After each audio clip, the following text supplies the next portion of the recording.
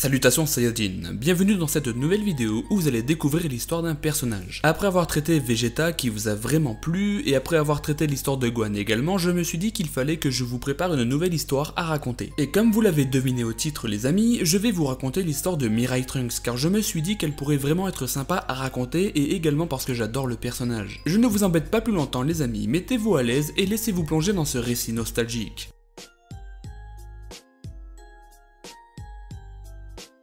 Qui est Mirai Trunks? Mirai Trunks est un personnage iconique de la franchise Dragon Ball, et ce depuis sa première apparition dans l'arc des cyborgs. Il prend naissance en l'an 766 et il est issu de l'union entre Vegeta et Bulma, ce qui fait de lui un sang mêlé. Il est à la fois terrien et Saiyan. Pour aller un peu plus loin dans les détails, il mesure 1m70 et pèse 60 kg. Il a les cheveux violets dans Dragon Ball Z, mais bleus dans Dragon Ball Super. Son histoire. On le voit apparaître en l'an 764 dans la timeline originale, car Mirai Trunks vient du futur, d'où son nom d'ailleurs. Il est venu à cette époque avec l'aide de sa Time Machine, soit 2 ans avant sa naissance et 3 années avant l'apparition des cyborgs. Dès son arrivée, il fait face à Freezer et au roi Cold, et à lui seul, il parvient à les abattre froidement et simplement. Il a découpé Freezer avec son épée avant de le désintégrer, et pour le roi Cold, une simple attaque a suffi à lui régler son compte. Dès son arrivée, on s'est tous dit « Wow, mais c'est qui celui-là? Il peut se transformer lui aussi en Super Saiyajin !» Car oui, à l'époque, cette transformation-là n'était pas si facile à atteindre, et de plus, il a quand même vaincu Freezer en quelques secondes, tandis que Goku, lui, il a bien galéré. Mais Trunks n'est pas revenu à l'époque de la Z-Team par hasard, cette époque a bien été choisie par ce dernier. On remarquera d'ailleurs que Trunks observe beaucoup Vegeta qui n'est autre que son propre père, et qui est malheureusement décédé dans son époque à lui, c'est-à-dire dans le futur. Donc Trunks n'a pas eu la chance de vraiment voir son père, ni de grandir avec. Lors de l'arrivée de Goku, Trunks accepte de lui dire la vérité sur lui, qui il est et d'où il vient, et surtout, de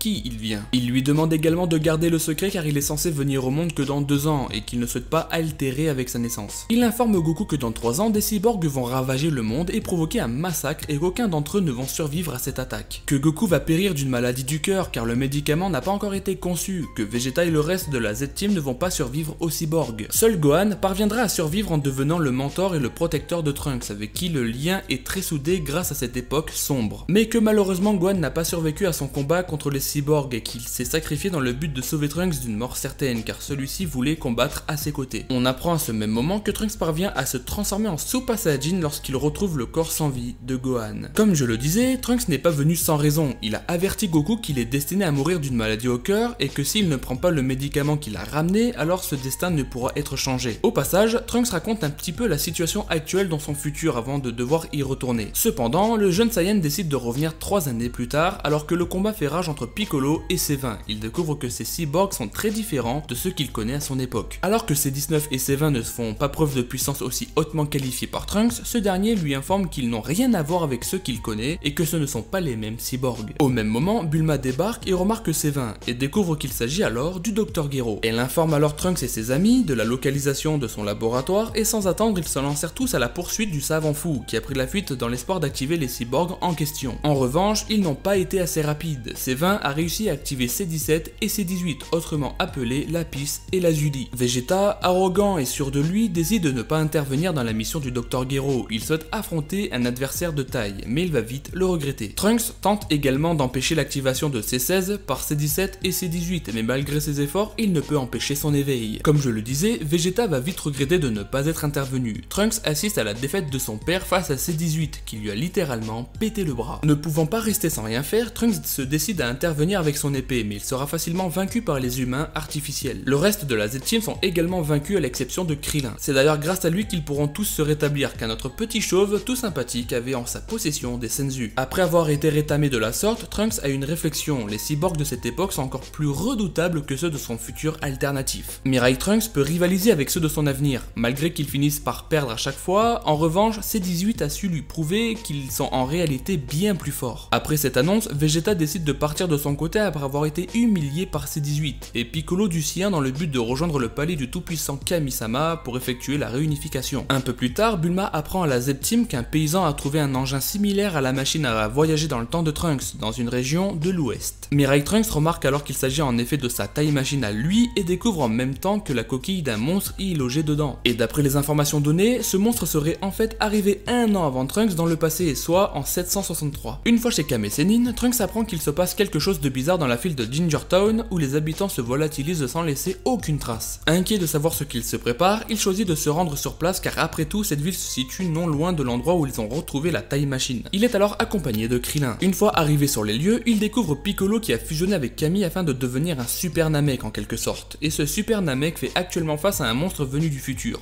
Cell. Avec une perte d'attention due à l'arrivée de Trunks et de Krillin, Cell en profite pour s'enfuir en effectuant la technique Taioken, en gros la morsure du soleil. En revanche, Piccolo a réussi à lui soutirer quelques informations essentielles, et on apprend donc que Cell est en réalité un cyborg créé par le Dr Gero. On apprend également qu'il a été créé à l'aide des cellules de Goku, de Vegeta, de Piccolo, de Freezer et du Roi Cole, et qu'il a besoin de se nourrir de l'énergie vitale des humains pour devenir plus puissant. Même si le plus important à retenir est qu'il doit absorber C17 et C18 pour finaliser sa mutation dans le but d'obtenir le corps parfait. Mais pas question pour Trunks de laisser se produire une telle menace. Il part avec Krillin et retourne au laboratoire du Dr Gero pour éliminer Cell dont ils viennent d'apprendre l'existence. Par chance, il découvre des plans de modification concernant C17 qu'ils pourront exploiter par la suite. Alors jusque là, il faut juste retenir qu'il existe deux Cells, celui qu'il y a dans le laboratoire du Dr Gero et qui n'est pas encore achevé, et celui que Piccolo a affronté. Celui-ci vient du futur. Trunks et Krillin détruisent alors le labo et détruisent également l'embryon de Cell afin que celui-ci ne prenne jamais naissance dans cette époque. Après tout ça, Trunks part à la rencontre de Vegeta dans l'espoir de s'entraîner avec lui. 3 jours se passent et la Z-Team décide d'emprunter un avion de Bulma pour traquer Cell, qui cache son ki lorsqu'il attaque ses victimes. En même temps, Goku se réveille de son malaise cardiaque et part à la rencontre de Vegeta et Trunks et il leur apprend par la même occasion l'existence de la salle d'esprit et du temps. Pour rappel, cette salle a l'aptitude de vous offrir 1 an de résultats pour une journée d'entraînement seulement. Pour être certain de pouvoir rivaliser avec Cell ainsi que les cyborgs, Trunks et Vegeta s'entraînent ensemble dans la salle d'esprit et du temps. C'est également dans cette même salle que père et fils développent une nouvelle forme, Super Vegeta et Super Trunks, qui consiste à gonfler les muscles afin de libérer plus de puissance. En revanche, cette forme, bien qu'elle leur génère plus de puissance, elle a également pour inconvénient la vitesse. Voilà maintenant que Vegeta et Trunks se retrouvent face à Cell, qui a réussi à absorber C17, le temps de leur absence. Malgré la puissance colossale de Cell deuxième forme, Vegeta ne tarde pas à se transformer en Super Vegeta,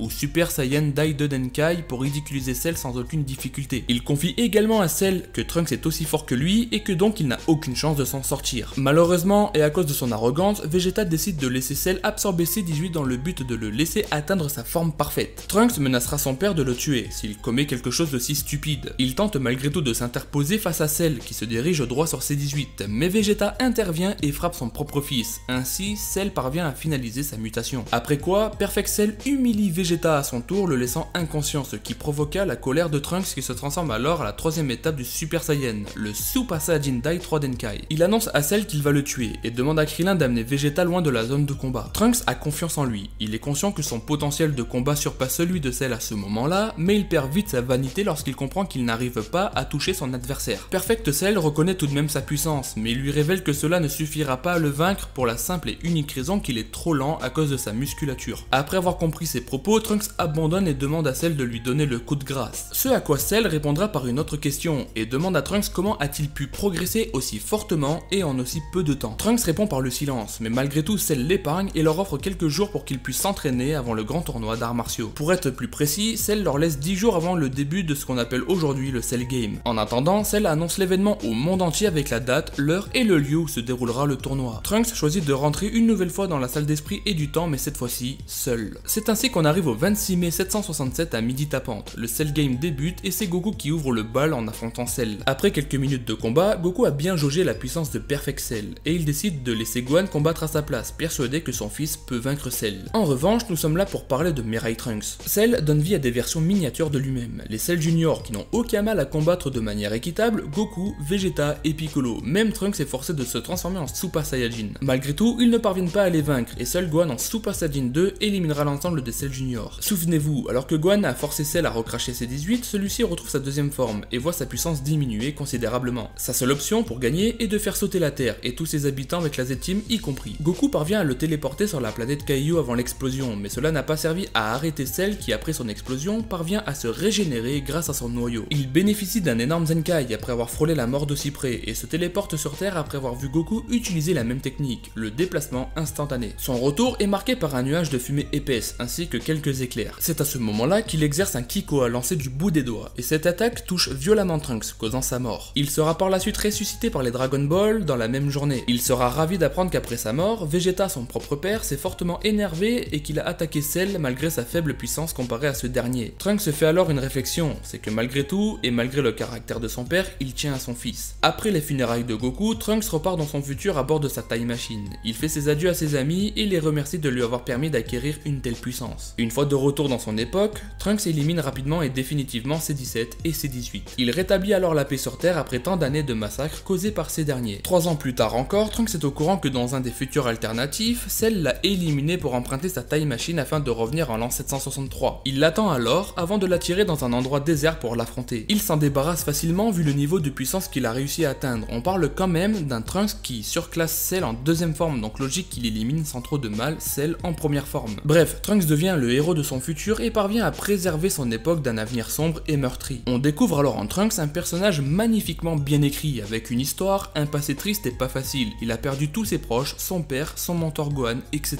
Il a pris le risque de voyager dans le temps pour alerter la Z-Team sur le danger qui les attend. Et malgré tout, il cherche également à protéger son père et à faire la fierté de ce dernier. C'est un personnage vraiment bien réussi. En tout cas, c'est mon avis, les gars. Voilà les Saiyajins, c'était l'histoire de Mirai Trunks, j'espère bien vous l'avoir raconté et que je n'ai pas oublié trop de détails. C'est une très belle histoire, je trouve, et elle méritait que je vous la raconte. Son évolution dans Dragon Ball Super est également sympa à observer, donc si jamais vous voulez que je fasse la suite sur son histoire avec son évolution au sein de Dragon Ball Super, faites-le moi savoir dans les commentaires. Je clôture cette vidéo avec une note positive, car j'ai beaucoup aimé l'écrire et la tourner, donc j'espère sincèrement qu'elle vous a plu. Les Saiyajins, on se retrouve très vite pour une nouvelle vidéo, jusque là prenez soin de vous, ciao.